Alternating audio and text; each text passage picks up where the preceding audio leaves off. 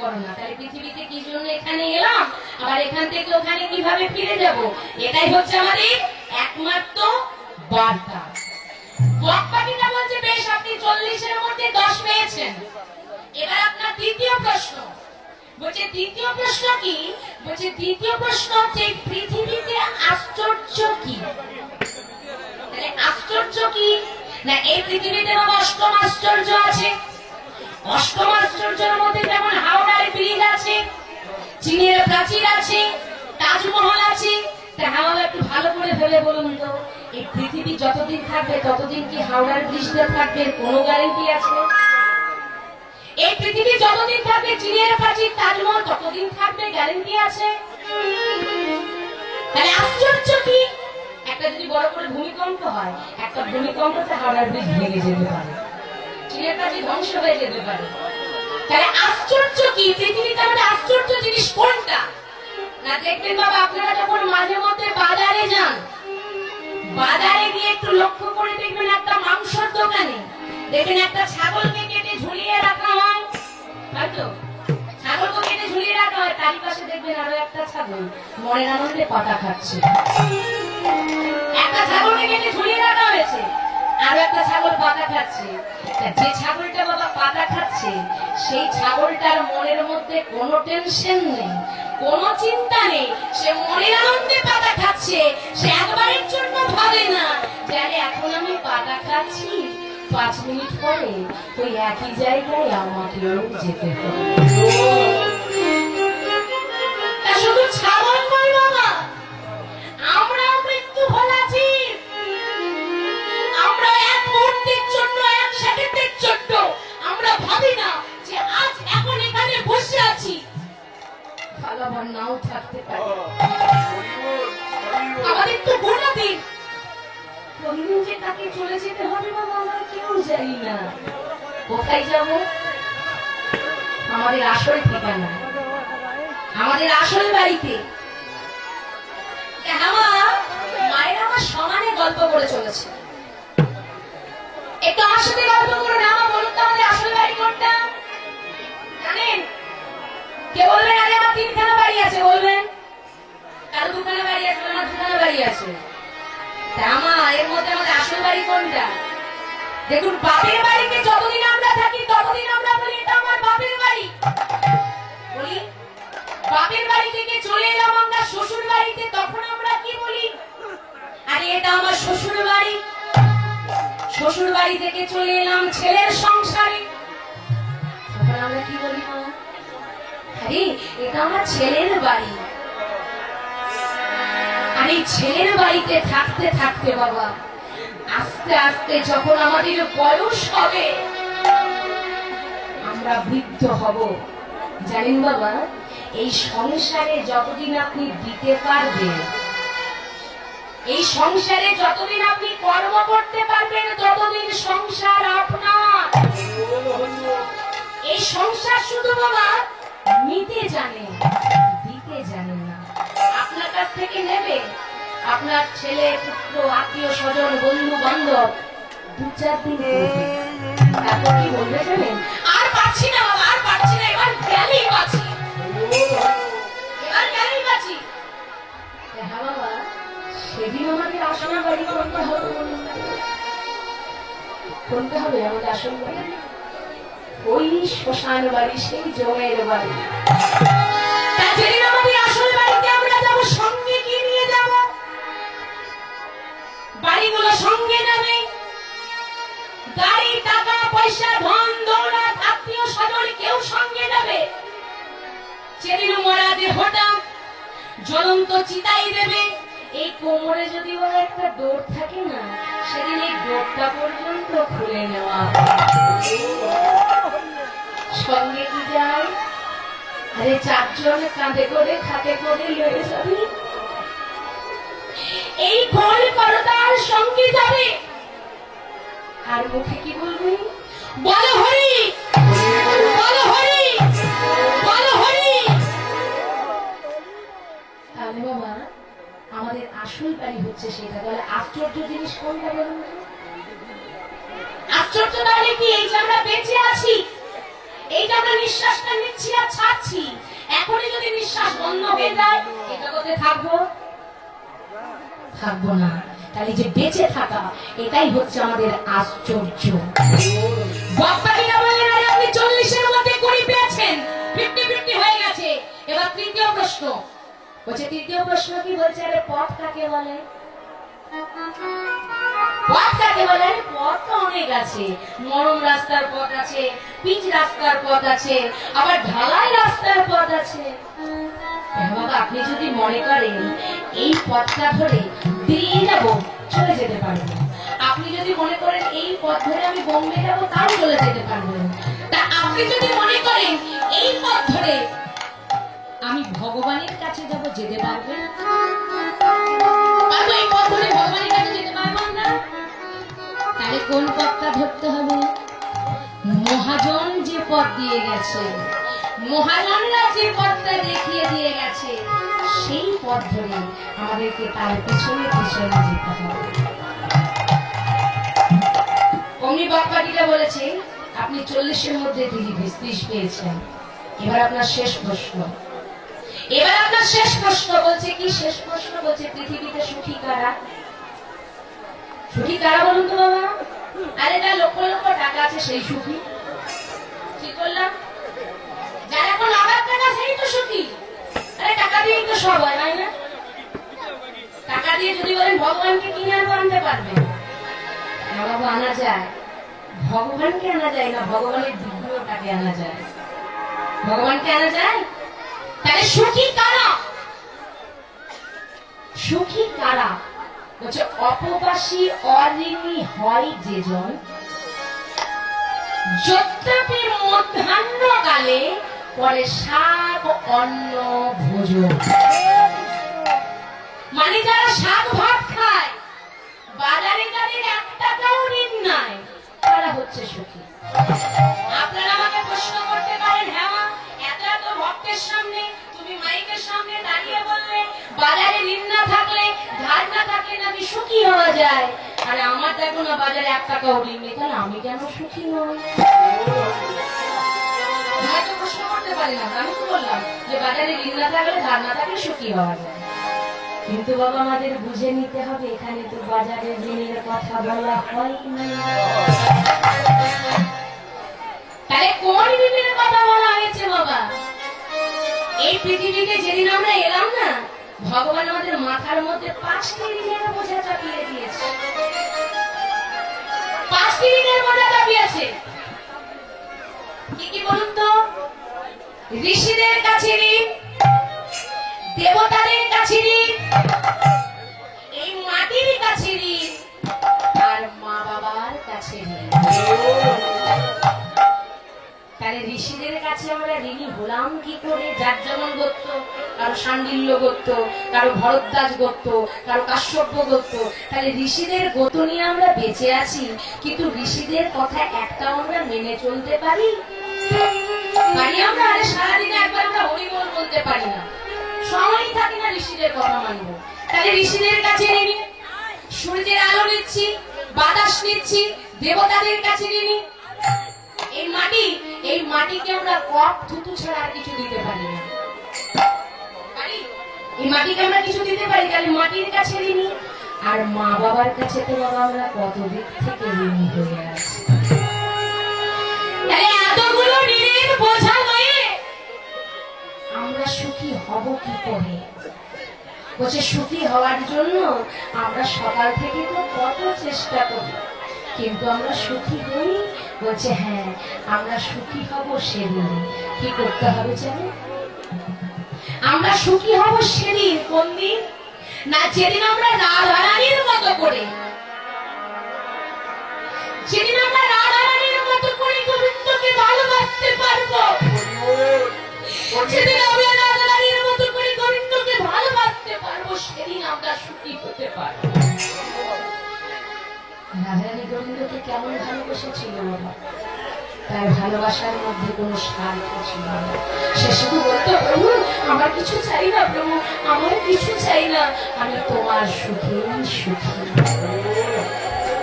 সেদিন আমরা সুখী হতে পারবো।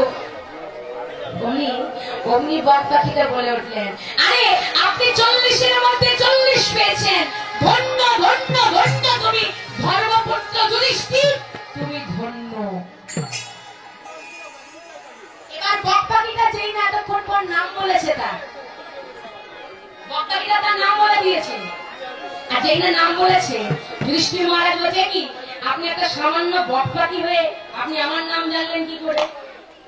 একটা বক পাখি হয়ে আপনি আমার নাম বলে দিলেন, বলুন আপনি কি? বক পাখিটা বলছে, সে কি, আরে শুধু তোমার নাম কি?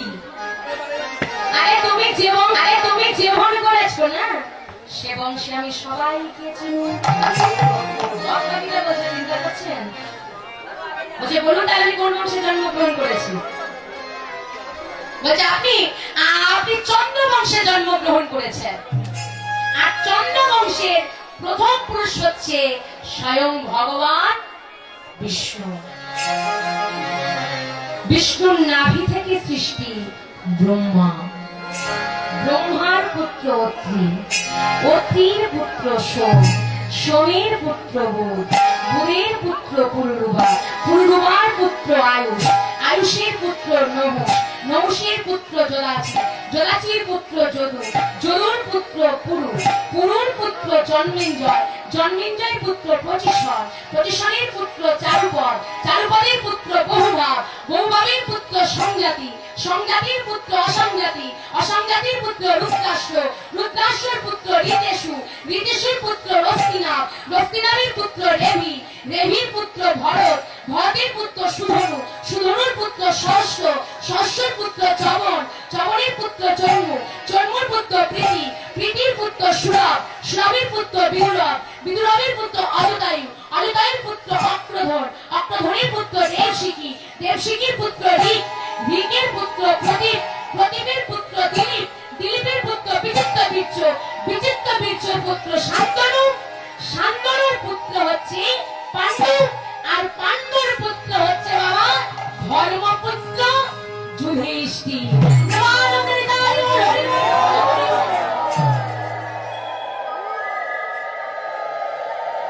সেই না এতগুলো নাম বলে দিয়েছে, সেই না এতগুলো নাম বলেছে, আপনি বলছে আরে আপনি তো তাহলে এত সামান্য ভক্ত কে হতে পারেন না? বলো, আপনি তো একটা সামান্য ভক্ত কে হতে পারেন না? বলুন বলুন তাহলে আপনি কে? বক পাখিটা বলছে, আমি কে জানো?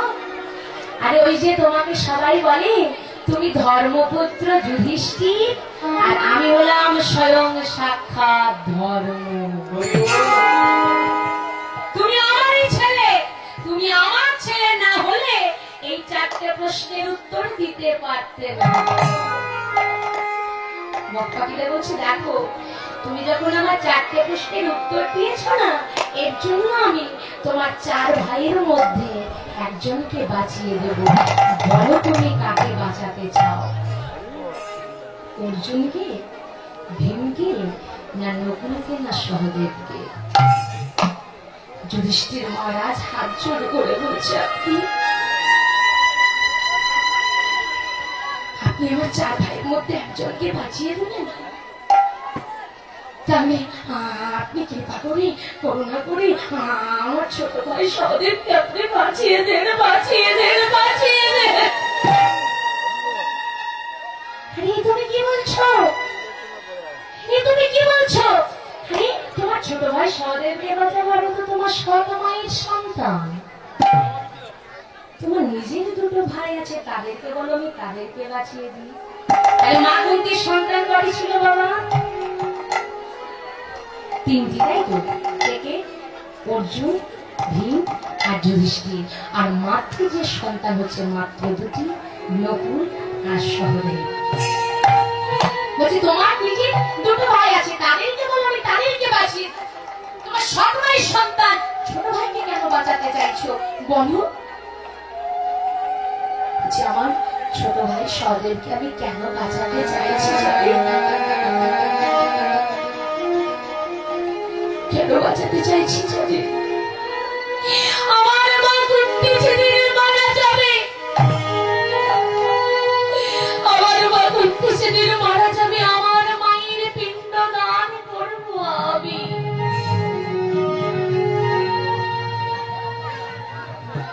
আমার মা মাতৃজা যেদিন মারা যাবে, তার দুটো সন্তানের মধ্যে যদি এক ছোট বেঁচে না থাকে, তাহলে আমার মা মাতৃজার পিণ্ড দানে করবে কে বলো? তাহলে আমার মা মাতৃজাকে জন্মটা থেকে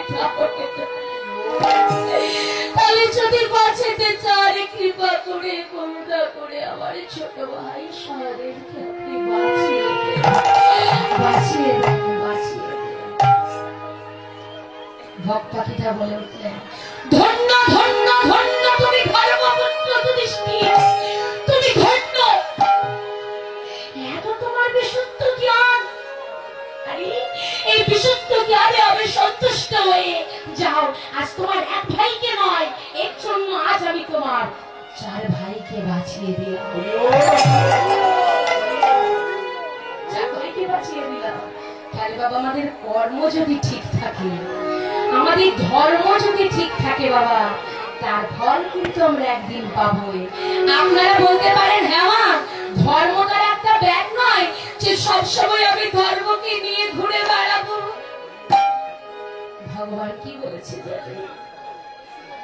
ভগবান বলছে, ওগো শোনো শোনো, কি বলছে জানেন? বলছি, আগে ধরে মরে পরে ধরে মরে, আগে ধরে মরে পরে ধরে মরে,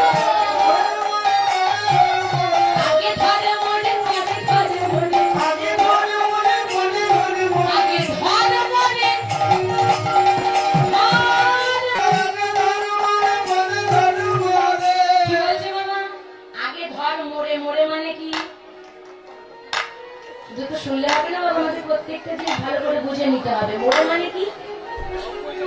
মোড়ে মানে আমাকে, নিজেকে। বলছে আগে ধর মোড়ে, আরে আগে আগে আমাকে ধরো, আগে ধর মোড়ে, আগে আমাকে ধরো, তারপর ধর্ম। আগে ধর মোড়ে পরে ধর মোড়ে, আগে ধর মোড়ে পরে ধর মোড়ে, আগে ধর মোড়ে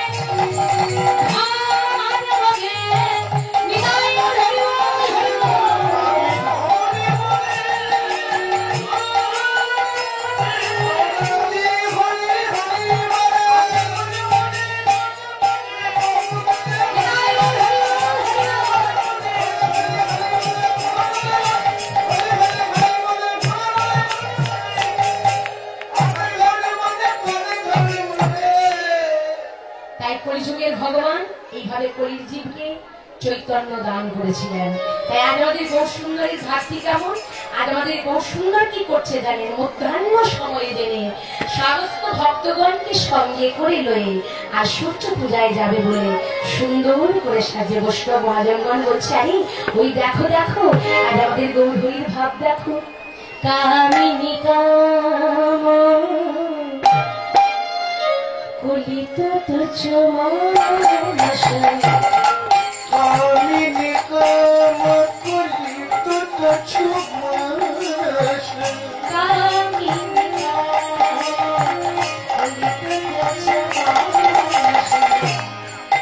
গোরায়ম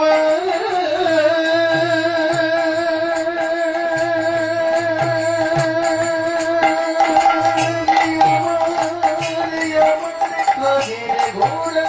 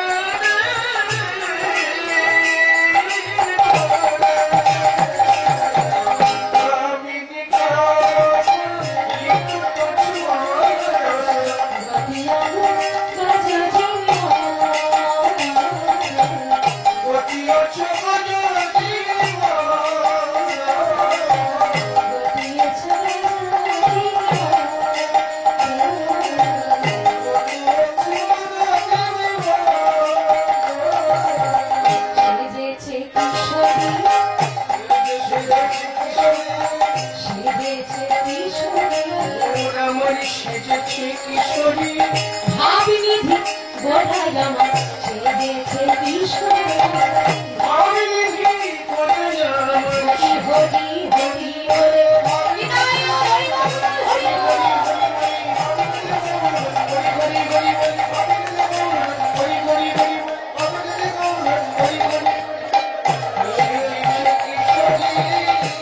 তাই আমাদের গৌর সুন্দর সুন্দর করে একটা বসন পরিধান করে আজ চলে যাচ্ছে কেমন ভাবে বৈষ্ণব মহাজনগণ বলছে আরে দেখো দেখো তাই আমাদের গৌরী কেমন ভাবে যাচ্ছে গো বাম ভুজয়ে তনু বসনে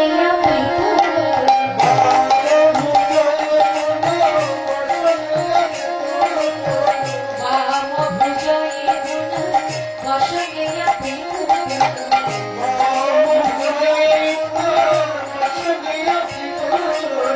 অহতহি পূজা বসন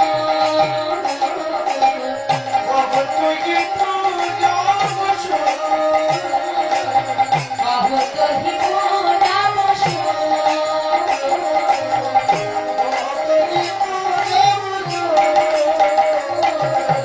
পূজা যে করিব পূজা যে করিব ব্রজ ভাবি বিভোর হয়ে পূজা যে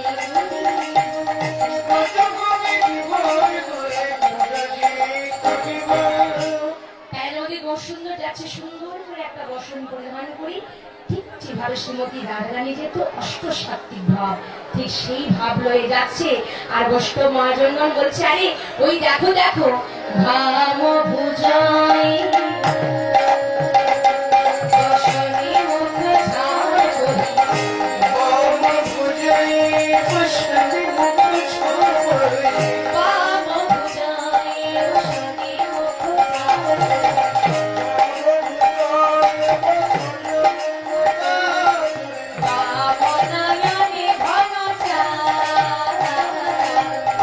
বামনয়নে ঘন চাঁদ বামনয়নে ঘন চাঁদ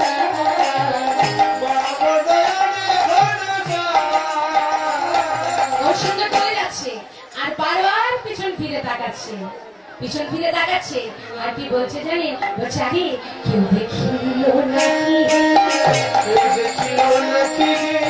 দেখিল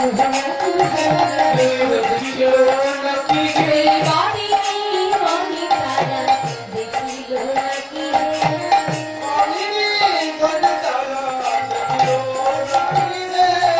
এই ভাব লই চলে যাচ্ছে আর বৈষ্ণব মহাজনগণ কি করলেন এই ভাব দর্শন করি আর এক পাশে দাঁড়িয়ে এবার কলম লিখছে কি লিখছে এ রাধা মোহনে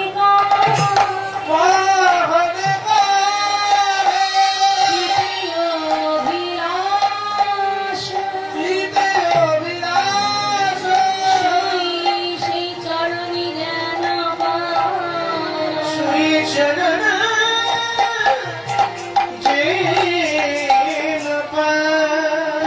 এ রাধা মনে